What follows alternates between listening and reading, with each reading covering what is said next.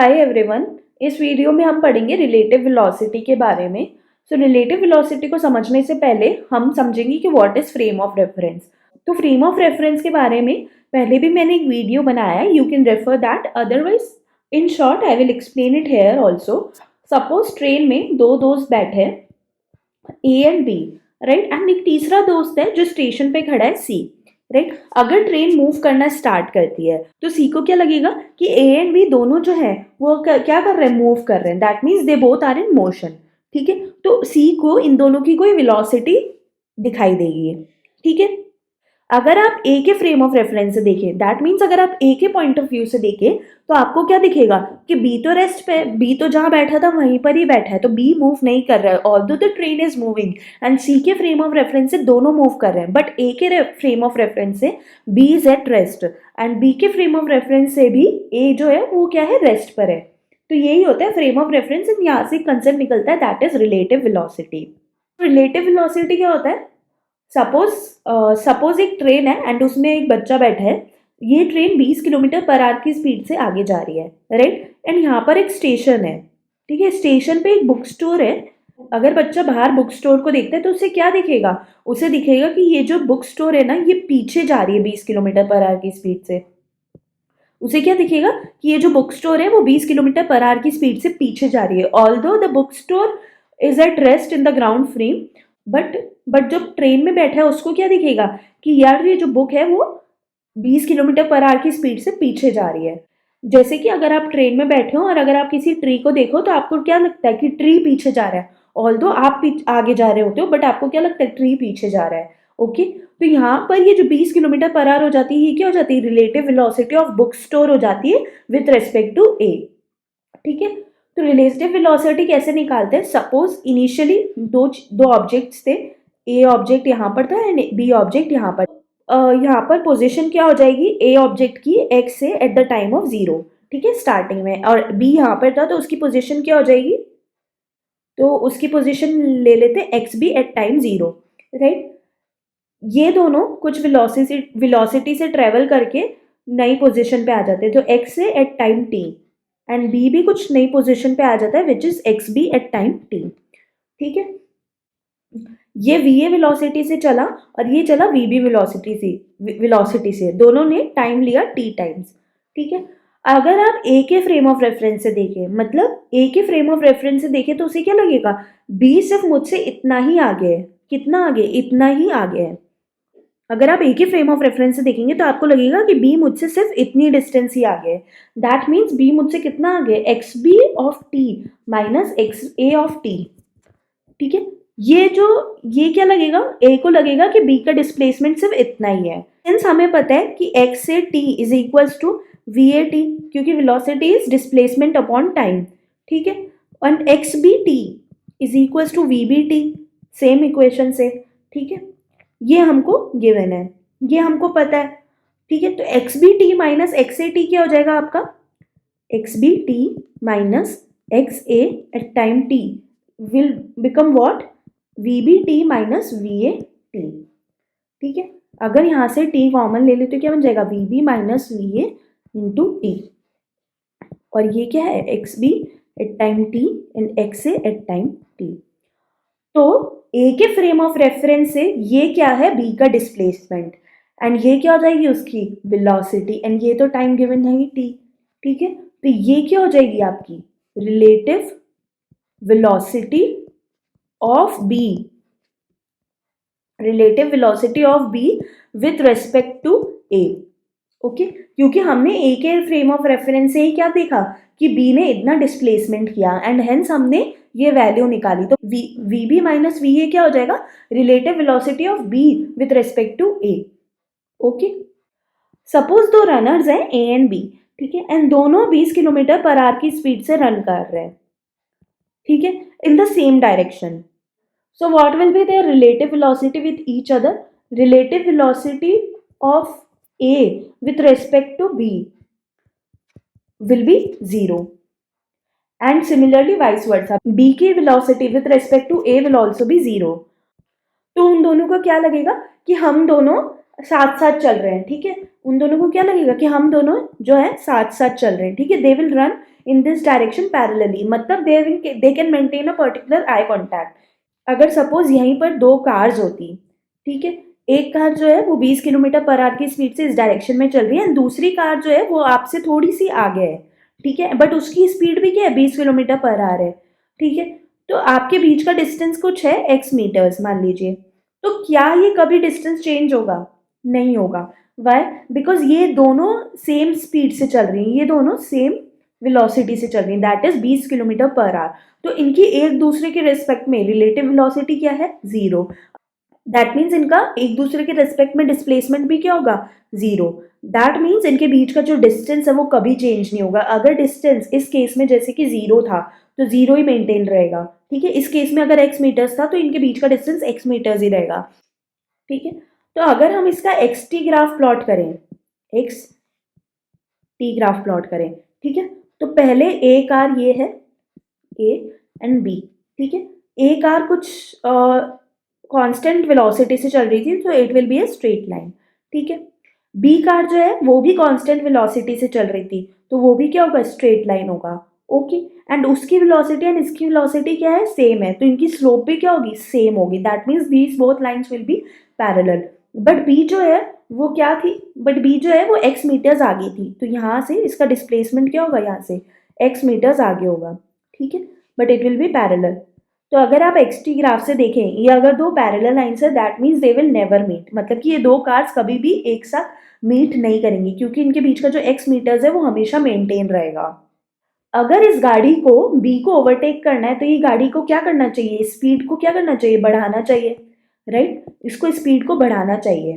तो सपोज कोई एक कार है जो 40 किलोमीटर पर आवर की स्पीड से चल रही है एंड इसके आगे दूसरी कार है जो 20 किलोमीटर पर आवर की स्पीड से चल रही है, ठीक है, तो आपको पता है इसकी स्पीड ज़्यादा है तो ये कभी ना कभी इसको ओवरटेक करेगी, इसको ओवरटेक करेगी तो कभी ना कभी इसके सामने आएगी, दैट मीन्स ये कभी ना कभी इसको मीट करेगी।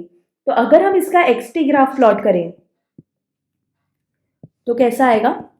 इनिशियली ये ए है और ये बी गाड़ी है, कुछ x1 पोजीशन पे था एंड x2 जो है वो a से ज़्यादा आगे था तो x2 पोजीशन ऊपर हमने प्लॉट किया है, okay. Since it will be a straight line because क्या है? कांस्टेंट स्पीड है, ठीक है, तो ये एक स्ट्रेट लाइन हो गई, ठीक है। अब आपको पता है कि एक्स टी ग्राफ की स्लोप हमें क्या देती है? वेलोसिटी देती है, तो और इसकी वेलोसिटी ज़्यादा है दैट मीन्स इसकी स्लोप क्या होगी? ए वाले ग्राफ की, ए वाली स्ट्रेट लाइन जो है इसकी स्लोप ज़्यादा होगी एंड बी वाले की स्लोप क्या होगी? थोड़ी कम होगी, ठीक है, तो इसकी स्लोप हम थोड़ी कम बनाते हैं। अगर आप देखो तो कोई एक टाइम आ रहा है जहां पर ये दोनों मीट कर रहे हैं, ठीक है, यही टाइम होगा जब ये वाली गाड़ी इसको ओवरटेक कर लेगी एंड जस्ट इसके पैरेलली आके खड़ी हो जाएगी, okay. And after that x क्या होगा? एक्स का डिस्प्लेसमेंट ज्यादा हो जाएगा, दैट मीन्स वो इस वाली ग्रीन वाली इस गाड़ी से आगे निकल जाएगी। सपोज एक गाड़ी है जो 20 किलोमीटर पर आवर की स्पीड से चल रही है इस डायरेक्शन में एंड दूसरी गाड़ी है जो इस डायरेक्शन में 30 किलोमीटर पर आवर की स्पीड से चल रही है। तो आपको पता है इन दोनों को रिलेटिव वेलोसिटी क्या दिखेगी? ए के फ्रेम ऑफ रेफरेंस से बी की रिलेटिव वेलोसिटी पता है क्या होगी? 50 किलोमीटर पर आवर। उसे लगेगा कि ये जो बी गाड़ी है ये मेरी तरफ 50 किलोमीटर पर आवर की स्पीड से आ रही है, राइट। तो इसका अगर एक्स टी ग्राफ प्लॉट करेंगे एंड सिमिलर फैशन में बी को भी क्या लगेगा कि ए जो है वो मेरी तरफ 50 किलोमीटर पर आवर की स्पीड से आ रहा है, ओके। तो मान लीजिए ये x1 ए की पोजीशन थी एंड ये x2 की पोजीशन थी, ये ए एक्स बी की पोजीशन थी, ओके। तो आपको पता है स्ट्रेट लाइन है तो इसकी वेलोसिटी क्या है? पॉजिटिव है क्योंकि ये इस डायरेक्शन में मूव कर रहा है, तो इसका ग्राफ कुछ स्लोप ऐसी बनेगी, ठीक है, तो इसकी स्ट्रेट लाइन कुछ ऐसी बनेगी। एंड आपको दिख रहा है कि बी की जो वेलोसिटी है वो नेगेटिव है, दैट मीन्स उसकी स्लोप कैसी होनी चाहिए? नेगेटिव होनी चाहिए, ठीक है, तो उसकी स्लोप कैसी होगी? कुछ इस तरीके से नेगेटिव होगी, ठीक है। तो आपको दिख रहा है यहाँ पर भी एक पॉइंट आ रहा है जहां पर इन दोनों का जो पोजीशन है वो क्या हो जा रही है? सेम हो जा रही है। और ऑब्वियस सी बात है अगर दो गाड़ियां आमने सामने आ रही है तो एक पॉइंट तो ऑब्वियस आएगा ही जहां पर ये दोनों क्या करेंगे? मीट करेंगे, ठीक है, और वही ये पॉइंट होता है, ठीक है। So let us try to solve one question on this. This is the example number 3.9 from NCERT. इसमें क्या गिवन है, 2 रेल ट्रैक्स हैं जो रन करते हैं नॉर्थ टू साउथ। ओके, तो यहाँ पर 2 ट्रेन्स हैं। ट्रेन ए जो है वो साउथ से, ट्रेन ए जो है, ये ट्रेन ए है, ये साउथ से नॉर्थ जा रही है with the speed of 54 kilometres per hour. Okay, and जो दूसरी ट्रेन है वो साउथ की तरफ मूव कर रही है with speed of 90 kilometres per hour. Okay, this is train B. तो फर्स्ट पार्ट क्या पूछा है, velocity of B with respect to A, velocity of B with respect to A. ठीक है, तो हमें ए के रिस्पेक्ट में बी की वेलोसिटी बतानी है, तो वो क्या हो जाएगी, velocity of B with respect to A is equals to velocity of B minus velocity of A. अब अगर हम ऊपर वाली डायरेक्शन को पॉजिटिव ले लें, राइट, तो वेलोसिटी ऑफ ए क्या हो जाएगी 54 किलोमीटर्स पर आवर, और नीचे वाली डायरेक्शन